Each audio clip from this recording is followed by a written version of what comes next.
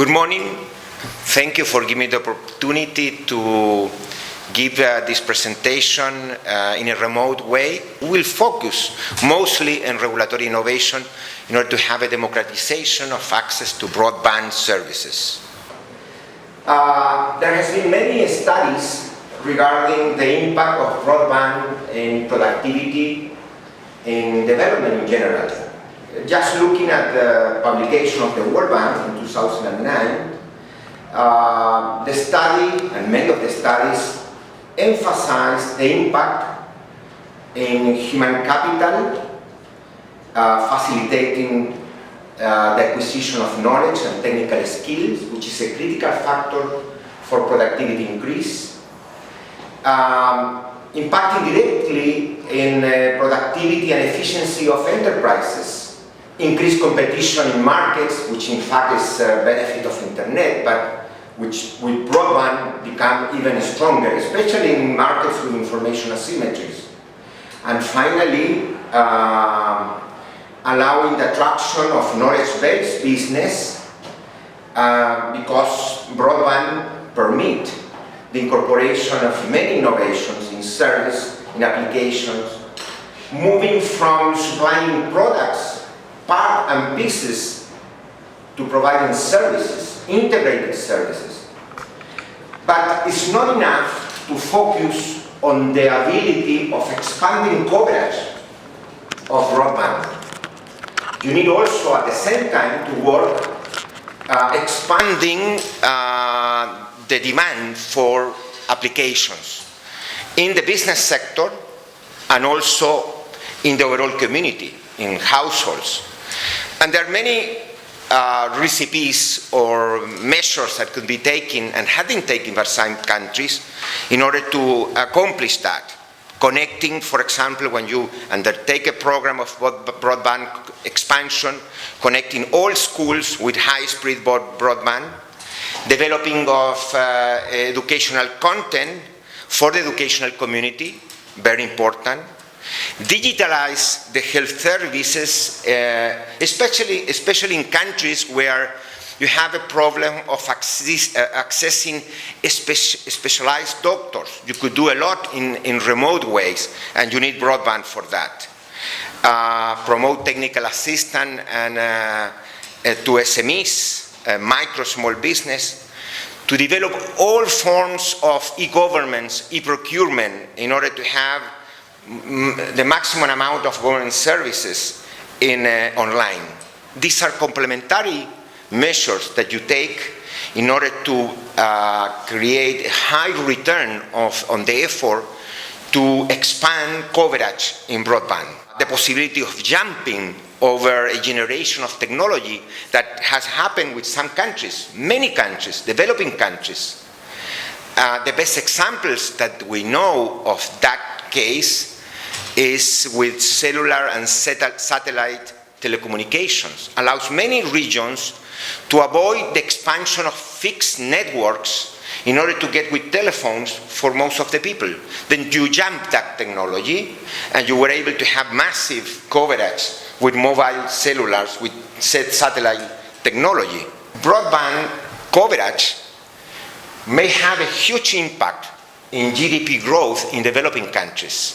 The 10% increase in coverage in middle-low-income countries with a critical mass of broadband coverage will have a 1.38% increase in growth, which is a very high impact, much higher than the prior technologies, which is something interesting to keep in mind. We see with fixed telephone subscription that the developed world, we have here developed countries, developing world, and a case that I took, Papua New Guinea, which is a very poor country, among the poorest of the world. And you see here, looking at Papua New Guinea, that the ratio of coverage between developed countries and Papua New Guinea is 40 times. Developed countries have 40 times more coverage in fixed line in 2005. And after 7 years, in 2012, the improvement was very small. Moved from 1 to 196 per 100 inhabitants, with the ratio moving from 40 to 22 times. Still 22 times worse than developed countries. But look at what happened in mobile cellular subscriptions. They moved in 2005 from 82 times worse than developed countries to 3.2, really a breakthrough. In fact, getting closer to the whole range of developing nations, and also developing nations becoming very close to developed nations. Then in a way, you see immediately the cellular subscription or mobile cellular satellite communication was a technology that, when was diffused to developing countries and even the less developed countries, allowed jumping over a technology and catching up in terms of communication. At least voice, and people in the rural area have the opportunity to have access to voice through cellular phones. And this was very important. Then the issue of leapfrogging became very popular in the ICT world. And they start saying that this could be done over and over, but not so easy. Broadband, as you saw before, could have higher impact than cellular phones. But when you look at the situation of Papua New Guinea, you have zero coverage in 2005 and 0.1 per 100 inhabitant in 2012. It's not moving. In developing countries, you are moving from 1% coverage to 25% coverage. Well, some improvement, but in the less developed, the improvement is very, very low. You don't see here the type of leapfrogging and jumping that you have seen in cellular phones. In fact, leapfrogging could be very attractive for late adopters. But in many cases, you cannot transfer the technology in the way it is developed and launched in developed countries, when the industrial organization, the market structure and the market organization that you have in developed countries, and transfer that exactly in the same way to developing countries, because you're not going to have the impact that you were expecting. For example, in Latin American countries, the market organization model for broadband service, we believe, is implying and causing a digital divide. And why is that? The model that we have here is a model of vertically integrated companies that provide infrastructure, value-added service, the electronics, and the content, everything integrated in single companies. In most of the countries, we have a very concentrated market structure, in general with a duopoly, that in fact are able to provide high-quality service in broadband to the high-income sectors, or the sector with high density of commercial clients. But these companies overinvest, do cherry picking, or skimming the market. Then you see a concentration of investment in certain area in terms of, for example, optical fiber optic, but nothing outside that. And how you go to the areas that are beyond this sector, you go just with satellite communication, but satellite communication is not appropriate for broadband of significant bandwidth. It's very costly, very poor quality, and you're not able to really give reasonable coverage to the middle low-income people. Then the dynamics of vertically integrated oligopolies competing to provide services to the high, medium, high-income sector with high density will lead at the end to a digital divide, where you will have an area with high prices, good coverage, and the rest will be not covered at all or very expensive coverage. And that's a real problem. Comparing countries, clear differences between developed countries and developing countries, differences that you don't see in cellular services, mobile cellular services. And this is a study that we just did for Santiago. We rank the different areas or local communities of Santiago according with income. And you will see very clearly that the penetration of broadband is determined by income, which is a real problem.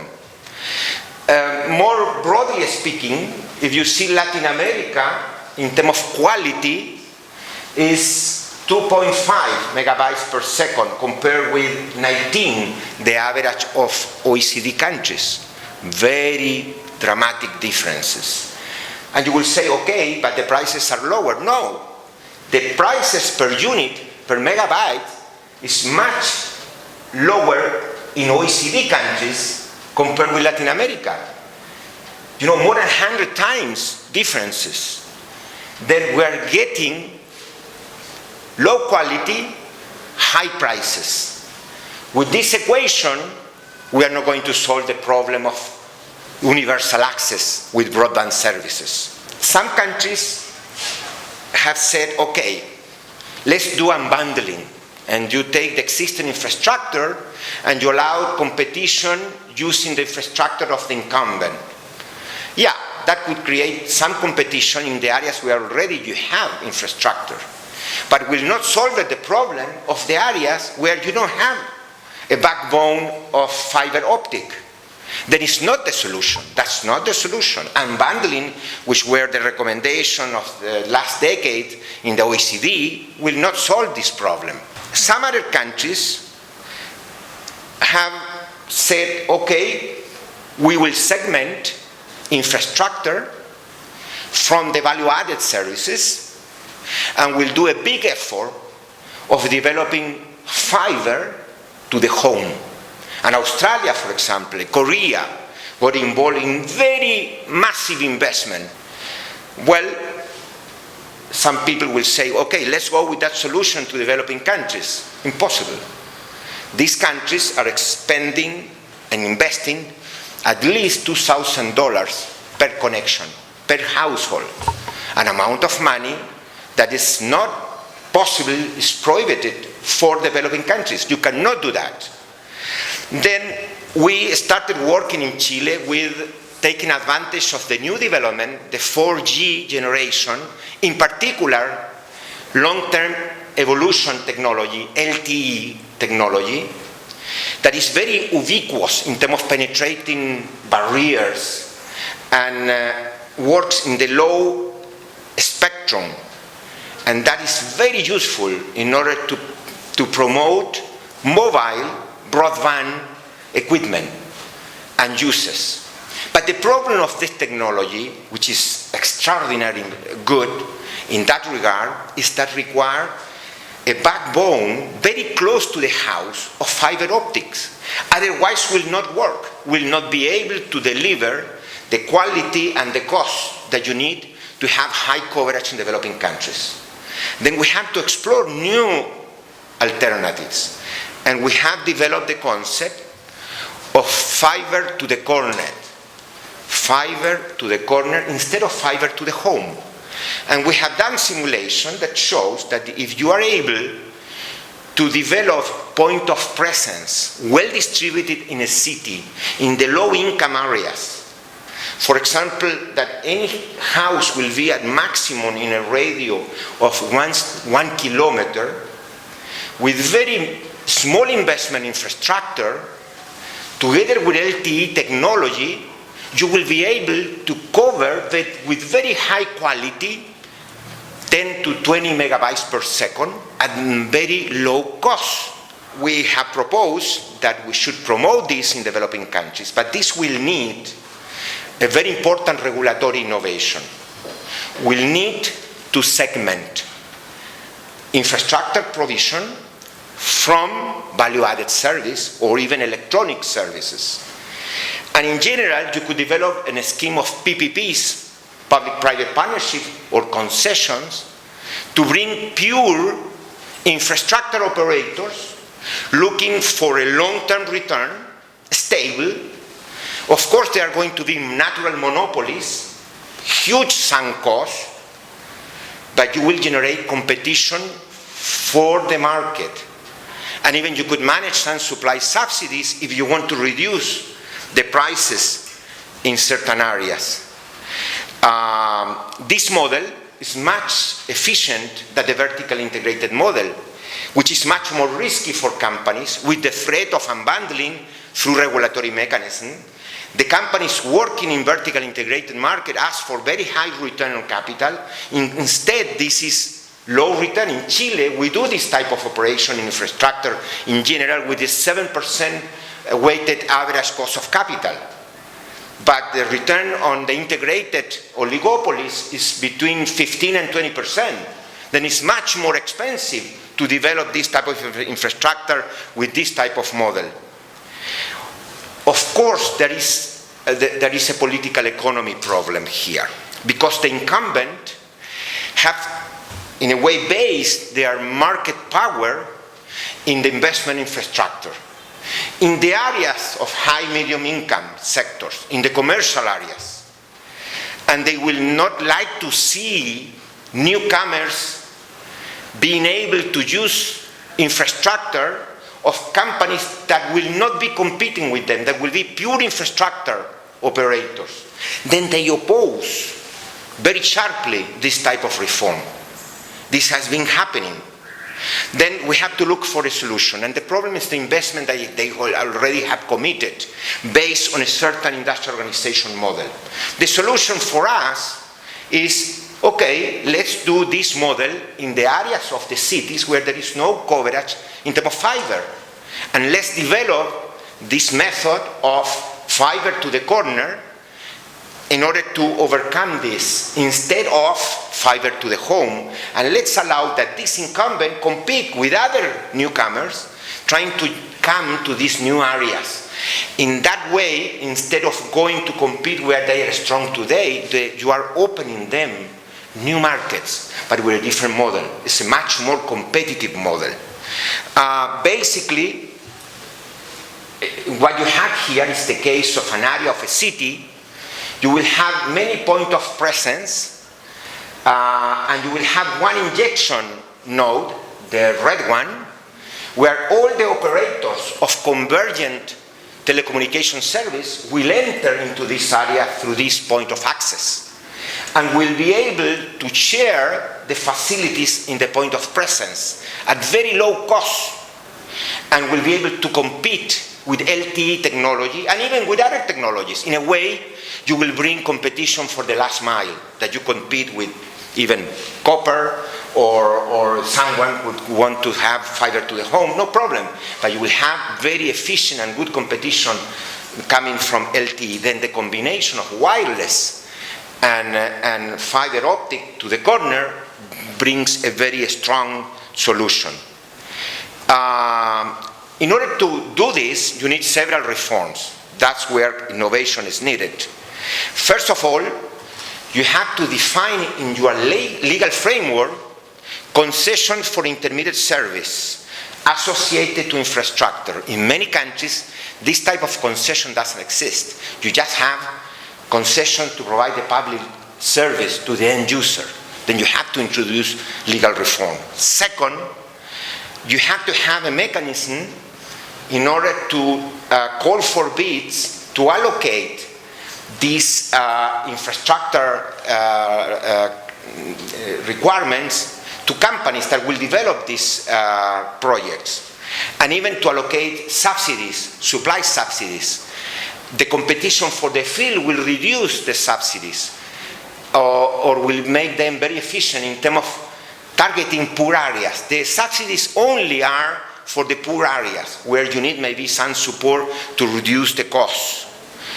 And also, you have to prevent that these infrastructure providers with intermediate service concessions get into the downstream market. They should not get into the value added. because it's very difficult to monitor and to regulate in an efficient way. That's why unbundling many times didn't work properly. Then you have to enforce segmentation. But if the government is given a subsidy to develop infrastructure, it's very easy to impose so you don't go into the other market. The problem in Latin America is that Latin America, in many countries, is using these subsidies. In Colombia, in Chile, and in other countries. And they are given subsidies to establish a monopoly, because the company that win the subsidy to cover certain areas, especially in rural areas, become an integrated monopoly and could prevent others from using the infrastructure. And this is really a nonsense. Using government money to consolidate a monopoly is nonsense. We have to reserve a spectrum for the infrastructure operator, not to serve the end users, but to allow virtual mobile companies to use the infrastructure plus the spectrum to develop huge competition. We know from Europe that virtual mobile operators have created a lot of competition. In summary, you need several innovations in the regulatory front in order to be able to develop this model that we are presenting. Of course, the technology is not new. Maybe it's new for many developing countries. In that sense, you have a technological innovation. But more important than that is the regulatory innovation. The case study for Santiago shows that we are able to reduce accessing with broadband and a fixed telephone, this is two services, with a cost of $25 without subsidy per household, compared with an existing price of $60 or more for the same service. Then, just with the change in the industrial organization and the promotion of competition for the field, allows a reduction of 3 times in the price to households. If you bring some subsidies, supply subsidies, you could reduce to $19, $15 per month, which become affordable even for very low middle income or low income sectors, because we know already how much they spend in this technology. This is the case of West Santiago. The investment for 3,000 inhabitants in these areas is no more than $11 million in the framework, including the POPs that we designed even for a competition of up to 10 companies competing. Then you have a space for 10 companies competing with LTE services. Then this is a very good case. And in fact, so good that the new government has in his program, the government that just was inaugurated, the application of this solution in the case of medium big cities in order to have democratization of broadband, in order to have an impact in productivity and quality of life in general. In conclusion, the model of vertically integrated operators in telecom operators, which is the prevalent situation in Latin America, generate high costs, barriers to entry, and a significant digital divide, where almost no access will be available for low, middle, low income sectors, low density sectors. Then you have to go into segmentation with the pure infrastructure operators to make feasible the deployment in an efficient way of fiber optic without duplication, because this is a natural monopoly. This is the part of the business which is a natural monopoly. And then you are able to combine LTE technology with the backbone of fiber optic, well distributed with POP close to all the households, and you could provide very good bandwidth, 10 to 20 megabytes per second at very affordable costs. Competition for the field is necessary in order to provide cheap infrastructure and at the same time, in order to unleash innovation, inclusive innovation, you have to work also in complementary measures in order to educate people, to bring schools, to use this in public service, really to force society to use this technology, which will be affordable for everybody. This is the proposal, and the political economy restrictions are high, but the benefit that could be reaped from this are huge, and we expect that this will come with few examples, maybe starting from Chile. Thank you very much.